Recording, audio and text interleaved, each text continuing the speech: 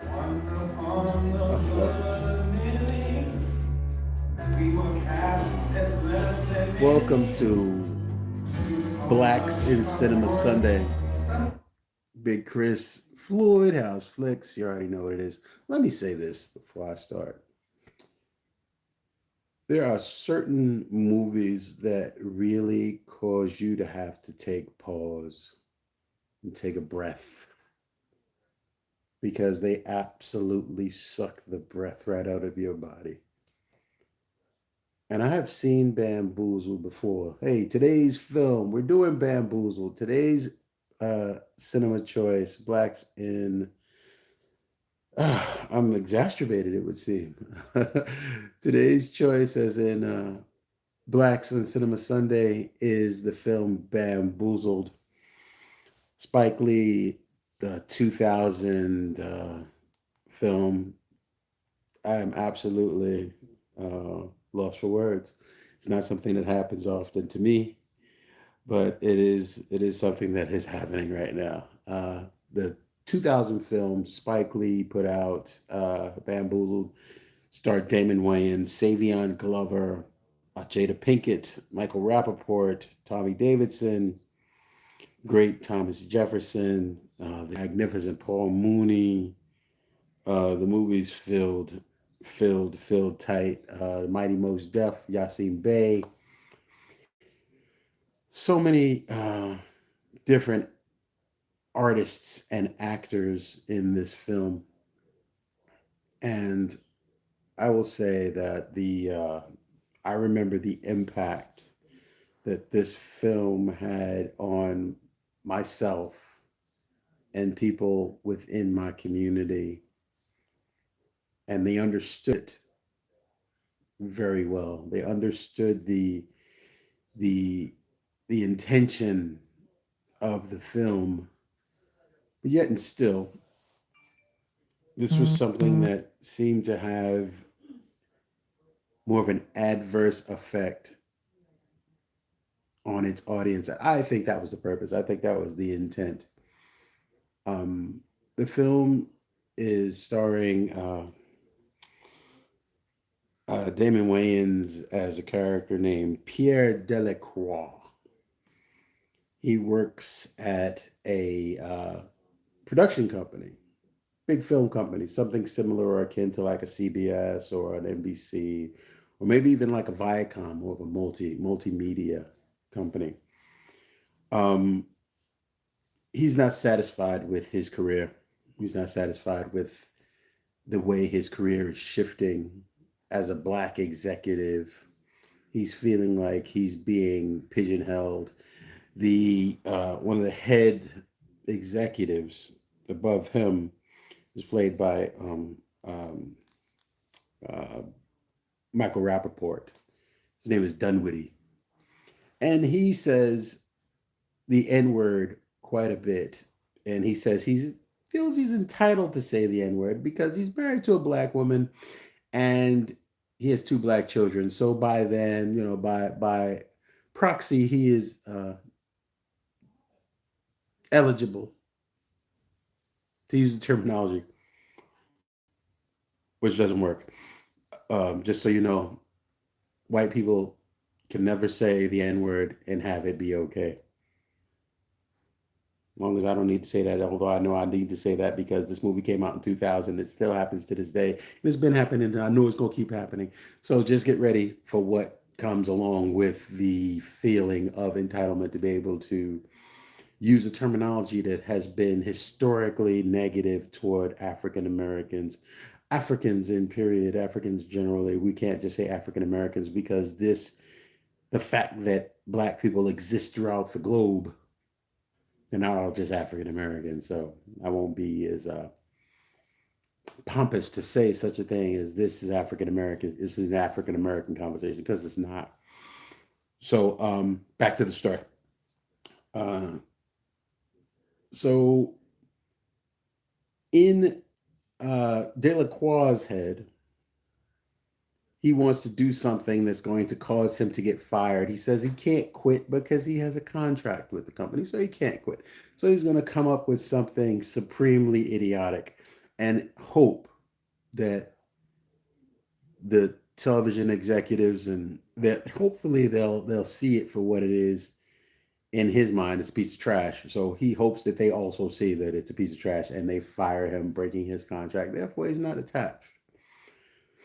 So he comes up with one of the worst ideas he could ever think to come up with, along with his assistant, played by Jada Pinkett. Her name is Sloane. Um, Sidebar and Jada Pinkett. I forgot that Jada Pinkett was in this movie. And this was the Jada Pinkett that we all kind of had a lightweight crush on back when in the early 2000s. All of us, I say all of my friends, you got that lightweight crush on Jada Pinkett, but it's like you see her now and you're just like, ugh. But that's neither here nor there. Their personal business is not my business, but ugh, it is what it is. So back to the story. Dunwoody encourages Delacroix to come up with something that's going to help save his job. Delacroix comes up with this idea to have a modern day minstrel show. Modern day minstrel show, blackface, takes place on a plantation. He pitches this. He finds two young men that are outside of his office every day. One of them is an excellent tap dancer, excellent performer. His name is Savion Glover. Savion Glover, and in the movie, his name is Man Ray. And then you have his partner, who pretty much is just more like a barker or a hype man while he performs, and that's Tommy Davidson, and Tommy Davidson's character's name is Womack. So Womack and Man Ray always see Delacroix going into the building of this big executive, biggest television company portrayed in the movie. And why don't you try to give us some air? We need to be on TV. We're that good. We should be on TV. So he's like, oh, he always tells him, yeah, I'll see what I can do. I'll see what I come up with. So they come on, and he finally comes up with this scheme, and he needs two guys that he doesn't think very much of, but he knows he can use them because they're practically pretty much street guys. So he goes and gets them and tells them about the story, and they're apprehensive, of course, at first. But then, he starts talking money to them, and these are street guys that don't have money, the guys that don't have access to money. So he talks to them about, the potential of how much money they can make. And Man Ray is like, as long as I can dance, I'm good. Please let me in. Where do I sign? And Womack is more apprehensive, but then Womack is also swayed by the money conversation. So he's like, I need this and I need that. And there's a play on Tommy Hilfiger. Tommy Hilfiger is a late 80s, mid 90s kind of, he was a big deal in the clothing game. So a lot of people in the hip hop industry and, urban culture, they wore Tommy Hilfiger like that was the thing to do. So there's a play on Tommy Hilfiger's name. I don't think I need to explain it because it's pretty much writing itself, which is why I was in the film. So, he's like, okay, I'm gonna get you guys this, I'm gonna get you guys that. So they go up to Dunwoody to have a pitch meeting.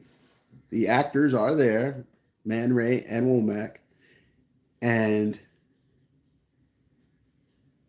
what happens is Womack and Man Ray start looking at each other when Delacroix starts to pitch this story. He's like, yeah, it takes place on a plantation. Like on a plantation? What are you talking about? It's like, no, we can't then. And of course, um, Dunwitty's excited because Dunwitty is just off his block. He doesn't realize that. Actually, he realized he knows he's being a racist piece of shit. He just doesn't care.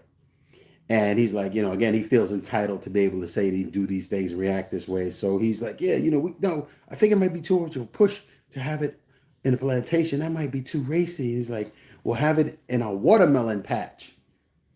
So now the show, the modern day minstrel show, it's called, is going to take place in a watermelon patch with Mantan. You got to change your name. One's name is Mantan, Man Ray. They changed his name to Bantan, and they changed Womack's name to Eat and Sleep. Eat and Sleep.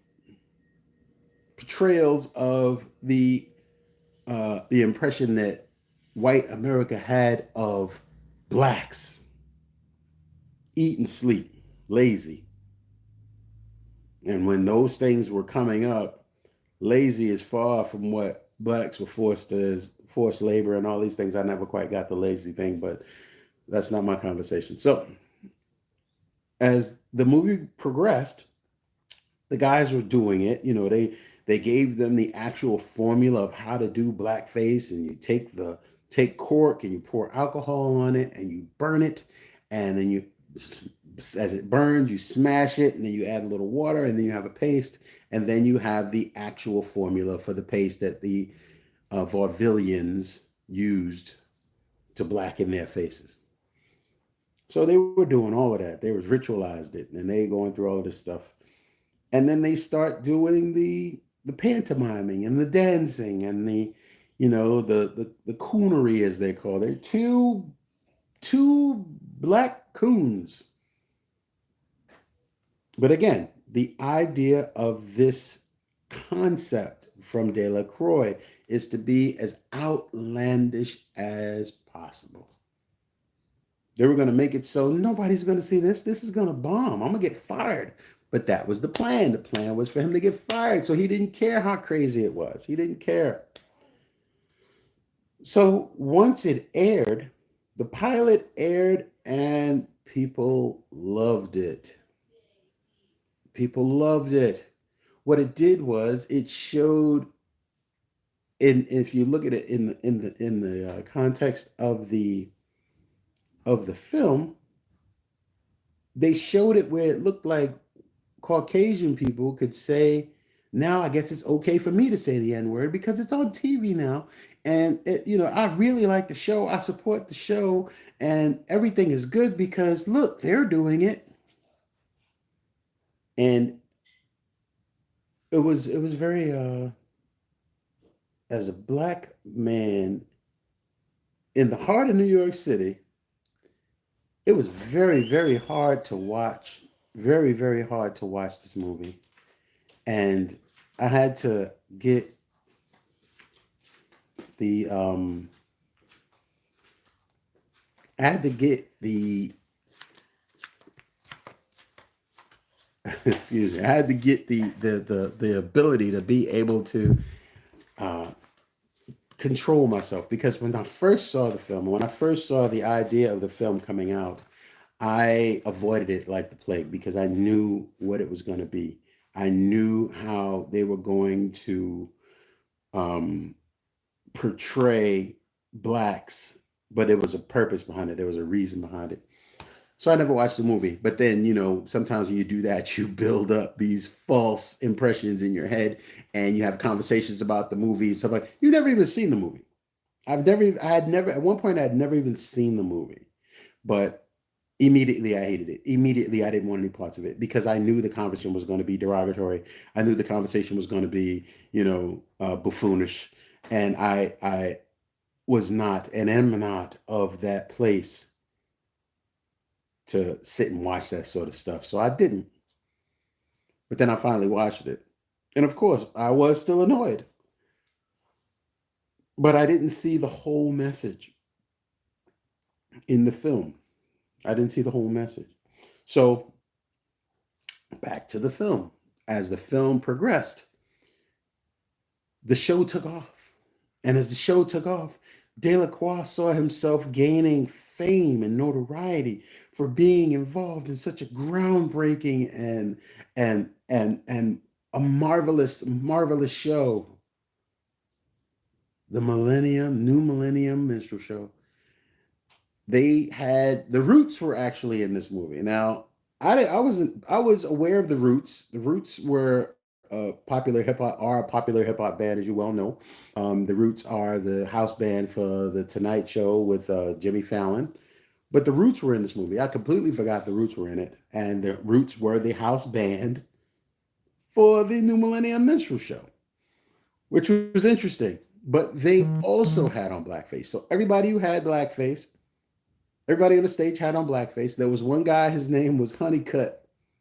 He was the warm up for the show.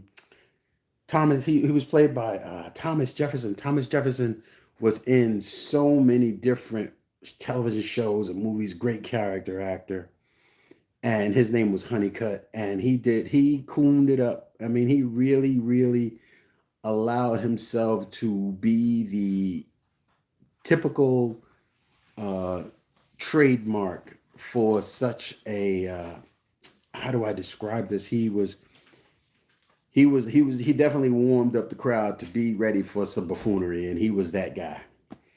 He was the bamboozler. I won't say that he was the bamboozler, but he was definitely one of them because he was just part of the buffoonery and the conversation of just being a clown for a dollar, essentially, and that's what it boiled down to. So they showed all sorts of different sketches and skits and they were doing, and more down to one where they're hiding in a chicken coop and talking nonsense to each other, and then the overseer comes out with a gun and chases them. It was really pathetic, and the crowd and the audience are laughing it up. And there's one scene where Honeycutt comes out and he says to the people in the crowd, he's doing his warm up, he's opening up and warming up the crowd, he's doing his warm up, and says to different people in the crowd, "Now, ma'am, are you an N word?" Now, everybody in the audience has on blackface at this point. We're talking to the point where the show has now taken off, meteoric. Al Sharpton and at the time Johnny Cochran were outside of the offices of this television studio protesting, protests walking around. They showed the white executive standing outside looking like, oh, I don't know what they're doing, and I don't understand, why don't they like it? It's for them, which is how people tend to think when it comes to stuff like that. So they're having meetings in the office with different people who are pretty much put there to spin and protect the property of the show. There was a scene where there's this one girl, Julie Meyerstein, that was the character's name, something like that, and she's telling Delacroix and Sloan, his assistant, of how the things that they think that they should do to really incorporate more black reality to this that. Now this is a young Jewish girl or middle-aged Jewish girl, whatever, trying to tell two black people how to run a black show that is being executively produced by a white company. It's very weird. And she says, I took African studies. This is the Jewish girl. I took African studies at Yale, so I know what I'm talking about. So Delacroix says, so what you're saying is you fucked the black guy in college and now you know everything you need to know. Hilarious. I thought that was very funny. And she had this smug look on her face, and it was funny. But that's the nature of Hollywood within itself. And I'm not the first person to say it. I'm not the only person to say it. And I'm not saying it because I'm trying to be mean and nothing like that. I'm just saying that's the nature of it. People think they understand the psychology of a people and they have no idea. It's like a child psychologist and doing studies and baselines and controls and all these things in child psychology, but they don't have children themselves. They don't have to wake up and go to sleep with children. They just go when they work with children and they go home. It's a different understanding of how it is when you have to be that thing. When you have to be that thing, when you have to be an African American or a black person in America, or you have to be Hispanic in America, or you have to be anything outside of what is considered the majority. It's very difficult to understand what it's really like to wake up and go to bed and wake up and go to bed and deal with this day to day. And it's very difficult to understand that. So you probably shouldn't try to understand it. Just be a better person and things work out a little better. So, again, as we move along, this is we're watching the film explode. Sloan has a brother, and he's part of a group called the Mau Mau's. If you know, you do your history on the Mau Mau's. I'm not going to go into it. But the Mau Mau's are a rap group, but they're a revolutionary rap group. So I saw a bunch of familiar faces in there. There was Mims, who was a poet, a black poet. He was in the movie on the television show Oz. I saw Charlie Baltimore. She was involved with Notorious B.I.G. when he was alive. I saw this battle rapper by the name of Cannabis. He was there. Um, then there was this rapper by the name of MC Search. MC Search was part of the Mau Mau's and part of this rap group. All of these black people, but MC Search is not black. MC Search is Jewish. MC Search is a white Jewish kid. So, but he hung out with them. So he felt his struggle, their struggle, same struggle. We together. I'm black. I'm black. I'm one drop. Black, black. You know, all of this. So he's going through all of this stuff. So as the movie goes on, Tommy Davidson's character starts to have second thoughts. You would see him start to actually have moments where he felt he was emotional about putting on that makeup every day. They would show Man Ray putting on his makeup, and he's just putting it on. And they show Womack putting on his makeup, his blackface makeup, and you would see Womack's eyes, and Womack's eyes would be swollen with water.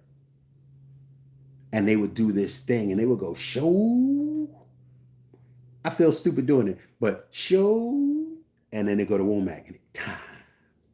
Or whatever it is. They showed Womack doing that, and when the last time he did it, he just looked like he wanted to cry. So literally, his eyes are bursting with tears. So they start making money. Womack and Man Ray, they're making money. You know, they got clothes, they got apartments. They're doing well, and everything is doing whatever it's doing. And then Womack has this moment of clarity where he's like, I can't do this anymore. This is hurting me, and it's hurting people that look like me. So I'm not going to do it anymore. And then when he goes to Man Ray with this conversation, Man Ray is like, man, you bugging. You need to relax. You know, you ultimately Womack left, and Man Ray is by himself. Now the Mau Mau's are looking at all of this television stuff, and they're feeling some kind of way, and they bounce because they know that they're going to do something to these guys because they are being disrespectful to black people, and they need to pay. So they had worked this scheme out together with each other and had decided to do something. And as Man Ray's own personal conflict starts to come together, he goes out onto the stage. There was supposed to be a show. Man Ray is supposed to be on stage because Womack is gone. Man Tan. When he hits the stage, he's Man Tan. So Man Tan was supposed to hit the stage, and Honeycutt introduces his Man Tan. The stage goes up. This little silly prop thing they got, which is a Sambo head. Right? If you don't know what a Sambo is, it's a black-faced character. They took this character of a person painted in blackface with the big old lips like that, because that's what minstrel shows and Al Jolson and some of your latest and greatest Fred Mertz have thrown on that blackface because they were in vaudeville, and that was part of being in vaudeville and all types of stuff like that. But somebody anyway, that was the opening of the stage was this Sambo face, and when they come out, the Sambo mouth opens up, boom, and they're standing there. Now, this had to be a huge Sambo head because two grown men were able to stand in the mouth of this Sambo face. So when they opened the mouth of the Sambo, Man Ray was standing there, no blackface, no costume, just done. And he says that he wants everybody to go to their windows and scream out, I can't do this anymore. I don't want this anymore. And then he falls out. It's like, oh, he's not moving. Now, also, and again, the entire audience is dressed in blackface. So Honeycutt would go to people in the audience. He went to this old, it was an old white woman with a black face. And he says, ma'am, are you the N-word? And she says, damn right, I'm the N-word. And she said it with the ER extra hard. She hit it. I am the ER. I am the N-word. You know I am. And I was like, oh, Jesus. And then they go to a Hispanic person and he's like, yeah, he's a thick Hispanic. I am this. I am this. Blah, blah, blah, blah. Off-putting is not strong enough of a word to say how you felt. It's a bit more than just being put off. But the sad thing about it is I could almost see something like that, especially back then, happening and it being an actual conversation that people have to go up against because it's certain things that are allowed and certain things that are not allowed. And I strongly think that that's something that people would have had to cope with and then fight in order to get rid of it. Weird conversation, weird concepts. Whatever.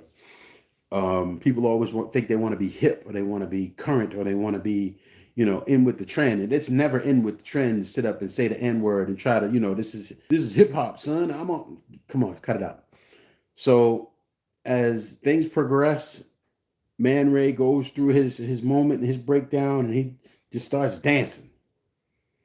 Now he's dancing hard. He like to call it hoofing. He's hoofing.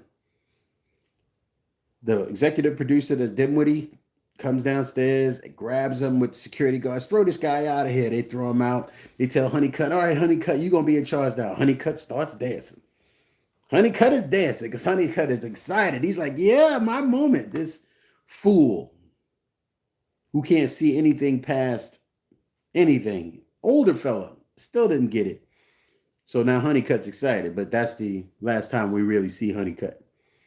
And then they go and they throw Man Ray out into an alley behind the studio. And as Man Ray gets up, dusts himself off and goes to walk away, boom, headlights hit him. And these headlights are connected to a Jeep being driven by the Mau Mau's. So the Mau Mau's have committed to kidnapping Man Ray. So they kidnapped this dude because you a sellout, you a sucker, you a chump. You got to pay. They get to him, they kidnap him, and they decide, now this is in 2000. Now, I didn't even know that this stuff was happening like this, but they were going to live stream what was going to happen to Man Ray after they kidnapped him. They called it the death dance. So they're going to make Man Ray dance in retribution for his misdoings, what have you. So then, once the television company found out that that's what they were doing, because not everybody had computers, so they couldn't just stream it to everyone's computers in 2000. Not everybody had them then. They decided to stream it on television, live television. They were going to stream what was called the death dance. So they do this thing and boom, it's streaming. And they show Man Ray sitting in a chair and the Mau Mau's behind him with the blackface masks on, not actual blackface, but masks that look like blackface.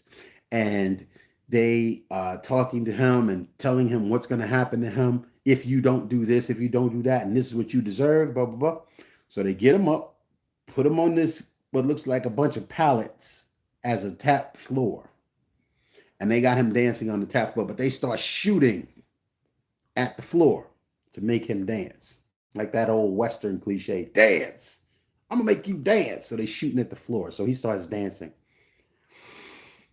And he's dancing and he's dancing and he's dancing. That for his life, he's dancing. So he's dancing and he's dancing. And then all of a sudden, bow, they shoot him and they shoot him and they shoot him. They shoot him at least 4 or 5 times. And the stream goes off.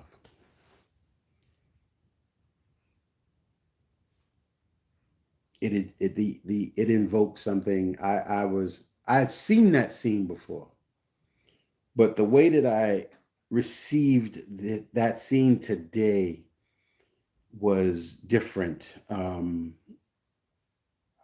It's a conversation for some people when people are walking down a path of self-preservation, but sometimes they walk that path without actually understanding the bigger picture. Man Ray was doing his self-preservation thing, and it was gradually being led to the bigger picture. But before it could be realized, he was killed by people who they thought they had the bigger picture, and they didn't either. So Man Ray was killed. As Man Ray is killed, the Mau Mau's come out of the warehouse that they're in. As they come out, boom, they're hit with lights. It's the police. Police found out where they were, and the police shot them up.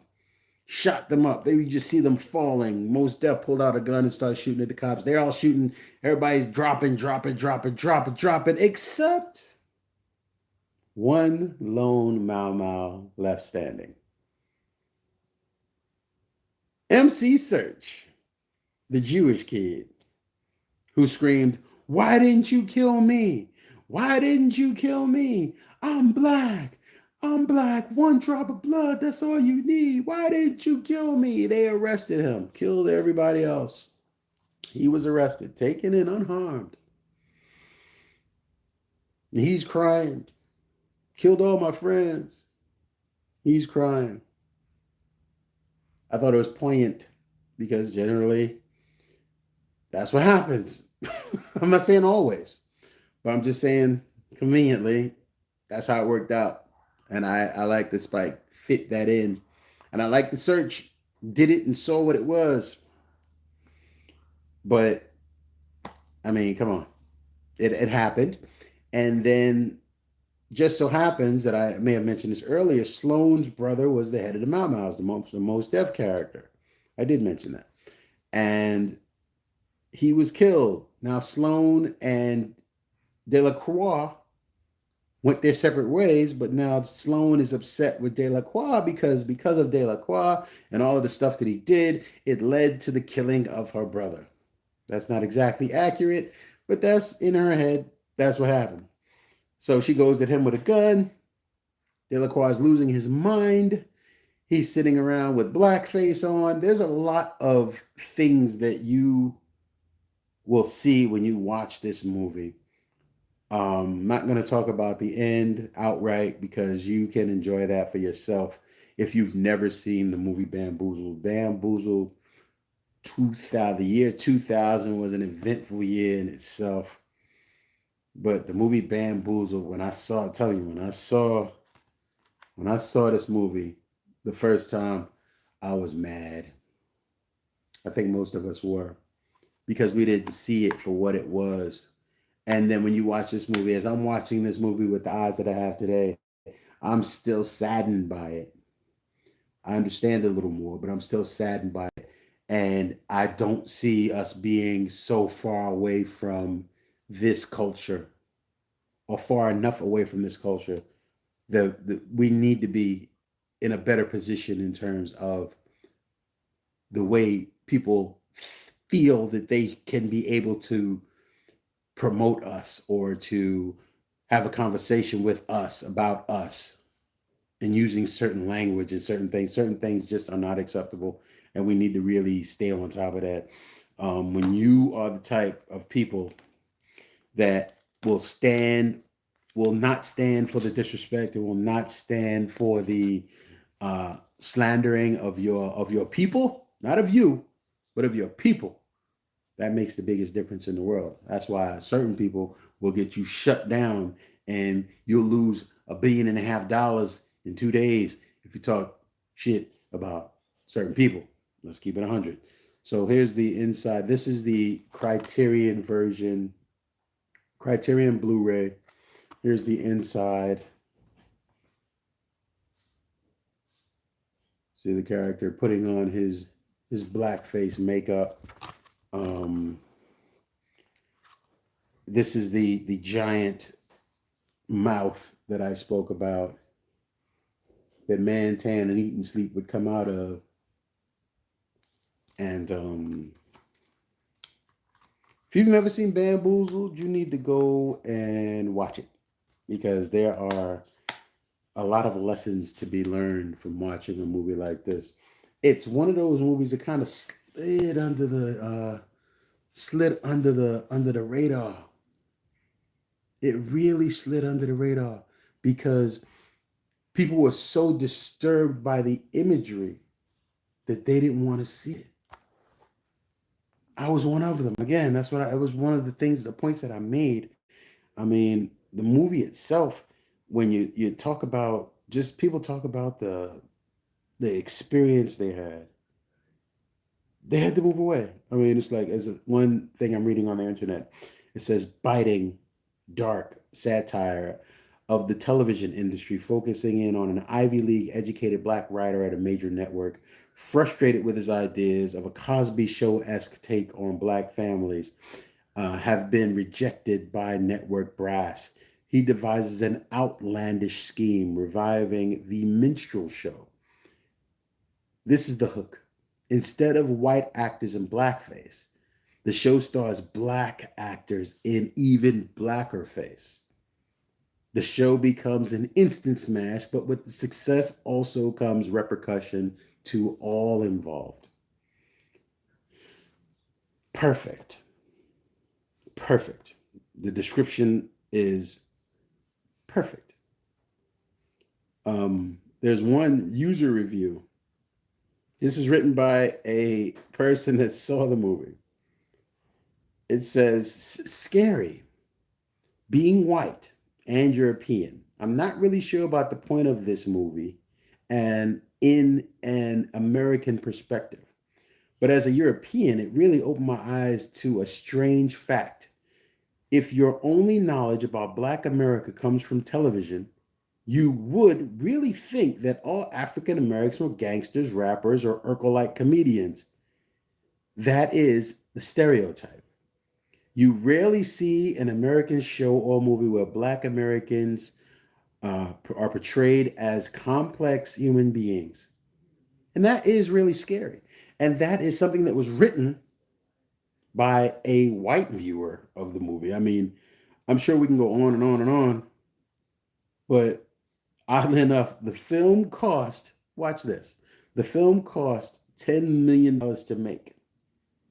The US gross, Canada, and the United States, $2.2 million is all that movie made. Opening week was October 8th, 2000, $190,000. Their opening week. Gross worldwide was 2.4. This movie was shocking for a lot of people. And again, like I said, it slid under the radar. If you haven't seen Bamboozled, do yourself a favor and watch Bamboozled because it's a cringer. It will make you cringe. It will make you cringe, and it's okay. It's okay to feel uncomfortable, but see, when you feel uncomfortable is when you decide to make changes. So if you see this movie and you feel uncomfortable, and you see the missteps, and you see the ill treatment or the what's deemed to be normalized, that's when you can make changes. And if we do it as a community, and when I say a community, I mean as a people as a whole, not just black people, but people as a whole, human race, you can make changes, you can affect change. That's really what it's about. So, this has been Blacks in Cinema Sunday. I hope you enjoyed it. I hope the conversation opened up a window, a door, or something for you, something wherever you can look into something other than what you normally look into. Um, I really enjoy doing this. I really hope that more people can like and subscribe and share to my content. Blacks in Cinema Sunday, physical media commute. Physical media commute will be tomorrow around 2 o'clock ish. I say ish because it depends on work, traffic, signal, all of those things. But physical media commute tomorrow. Thanks again for joining me for Blacks in Cinema Sunday. I'm going to do it again next Sunday. I don't know what I'm going to pick, but when I do, you will be the first to know. Thanks again. Floyd House Flicks in the building. Salute. See you next week.